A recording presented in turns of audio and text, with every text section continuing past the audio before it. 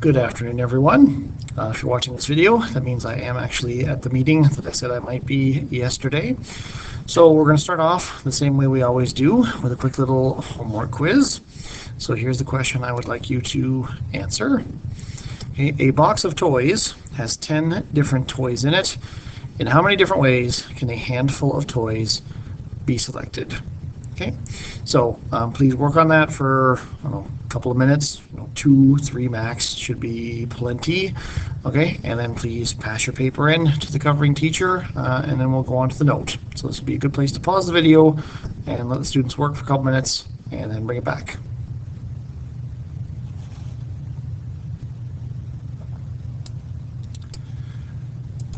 All right, so we're going to continue on with some sort of like some set theory stuff here. So our first example, a few years ago, there were 16 students involved in improv and 20 who were involved in the musical Into the Woods. If the yearbook takes a picture of both groups at the same time, how many students would be in the photo if 6 students were involved in both? Okay, and I'll invite you to solve that on your own for a minute or two and maybe discuss it first before I take up the solution.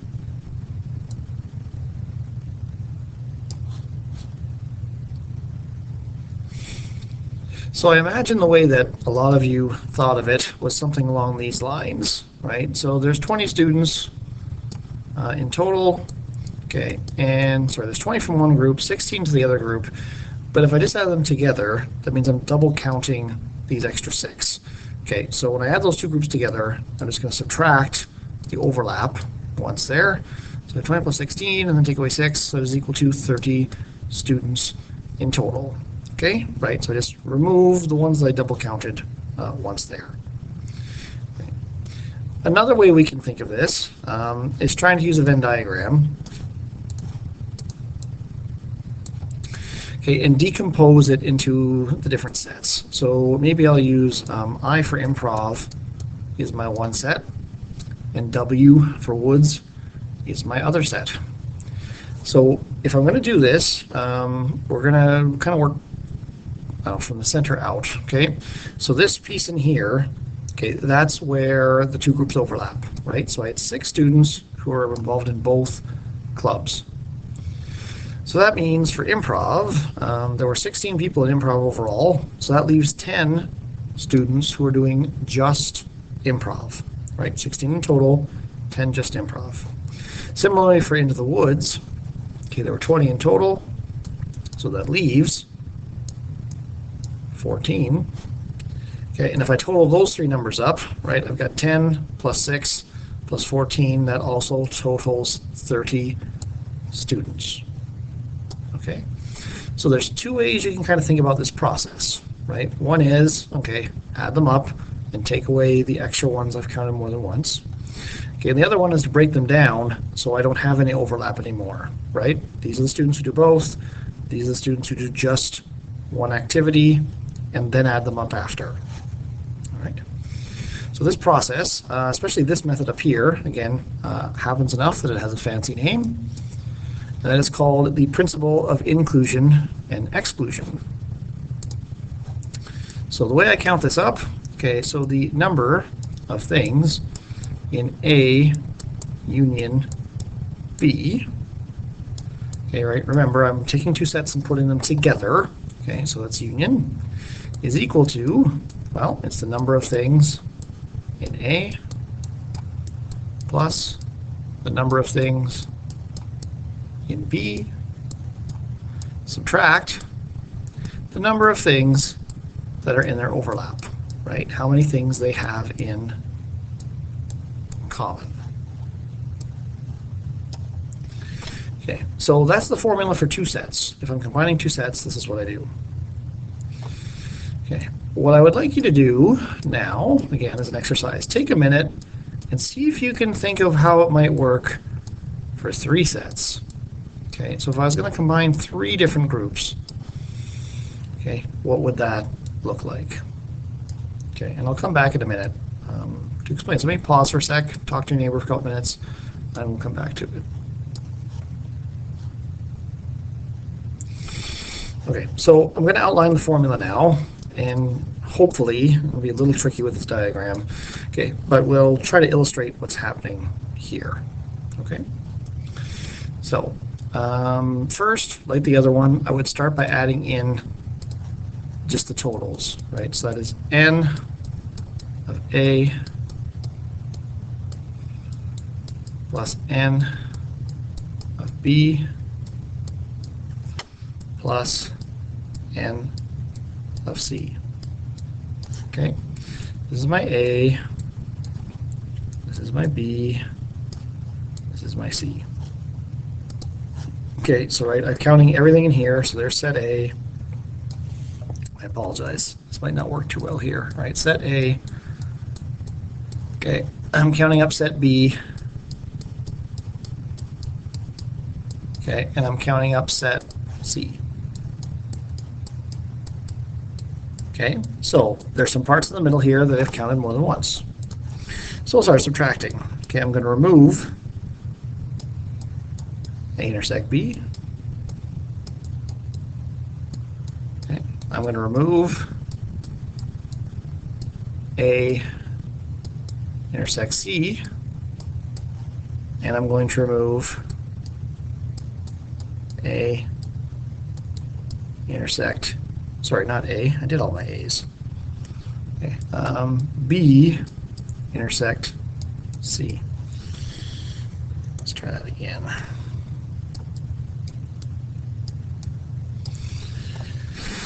Okay, now it's going to be a little annoying, so I'm just going to recolor this. Basically what it means is for each of these overlaps, I'm going to remove something once. Okay.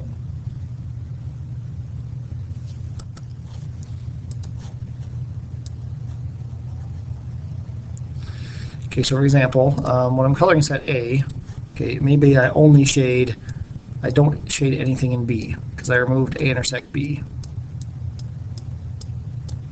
Okay, and when I paint B back in, I'm not going to cover anything from C because I removed the overlap between B and C.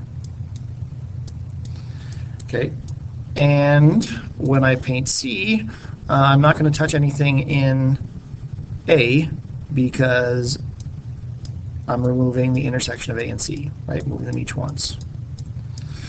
Okay, so now you can see what I've shaded, and well, we actually have a gap in the middle here. Okay, in the process of removing those three pieces, I completely eliminated anything that is in all three. So I got to put that back in. So I'm going to add in n of A intersect B intersect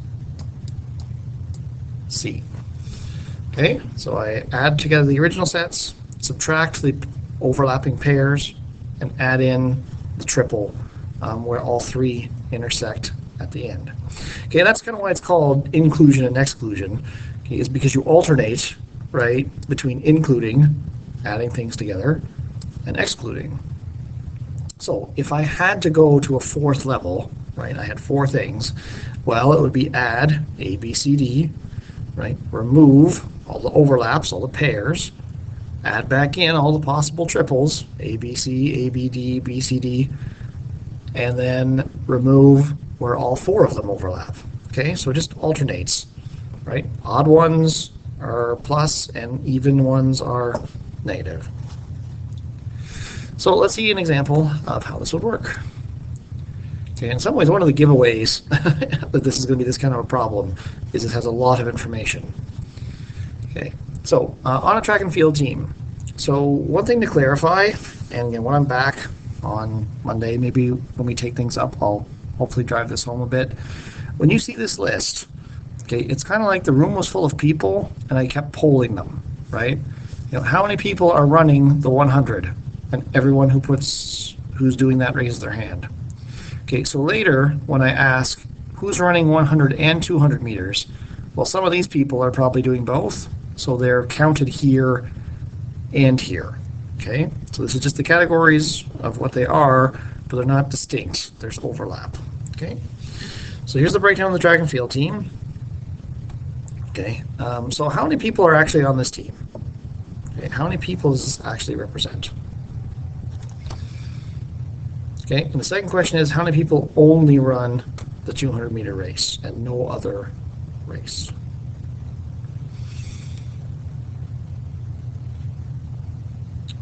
Okay, so starting with A, I'm not going to write out all the symbols here because I'm doing this with a mouse. Okay, but for part A, right, again, one way we can do this is to run through the formula. So it says to add the singles, right, 100, 200, 400. So I would start with, actually maybe I'll type this instead so it's faster.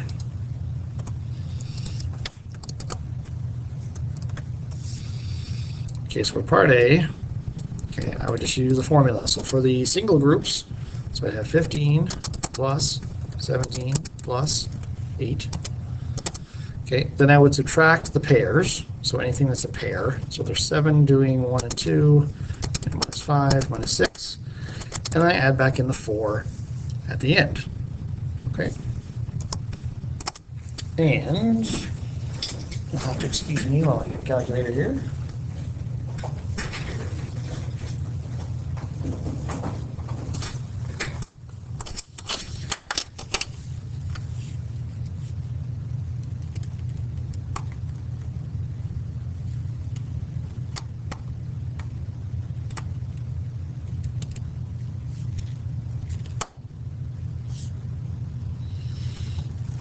Okay, that is 26.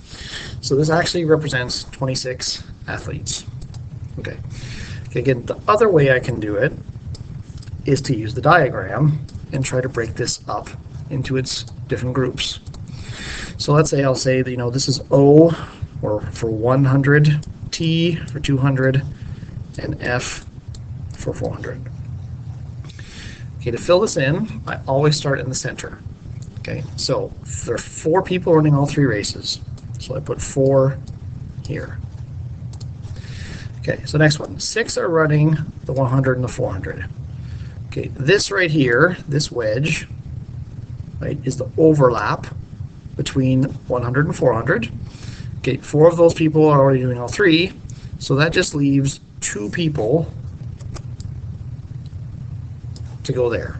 Okay, 6 people in total in that section. Okay, but 4 of them are over here. Okay, so similarly for 200 and 400, that would be this wedge down here. Okay, there's 5 people in there, 4 are already accounted for, so there's 1 person there. Okay, 7 run the 1 and 2, so that leaves 3 people to go here. Okay, when I go to the outer level, okay, there's 8 people running the 400 meter. That's this circle over here. But there's already 1 plus 4 plus 2. There's already 7 people accounted for in this circle. So there must be just 1 person who runs just that race. Okay, 17 are running 200. So I've got 3 plus 4 plus 1. There's 8 people already accounted for. So that leaves 9 there. And finally 15 for the 100. So 3 plus 4 plus 2 is 9, so that leaves 6 for here. Okay, again, double check. We'll just add those up and make sure they total up to 26. So that would be 10, 20, yes. Okay, so I have 26 people represented here. Okay, so again, the answer to this one is 26. Okay. Now, because I have the diagram, that makes part B really easy now. How many run only the 200 meters? Well, I can see right here, that would be these people here. So the answer is 9. Okay. So generally speaking for these kind of problems, if they're just asking you for the total, you just run through the formula. Okay, for anything else, it's probably better to sit down, draw the diagram, and reason through what's going on there. Okay? And that is it for this lesson.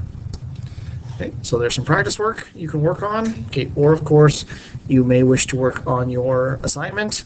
Okay, that'll probably be due at the end of next week now, but we'll see where that goes. All right. Thanks for watching. Have a wonderful day and weekend, and I will see you on Monday.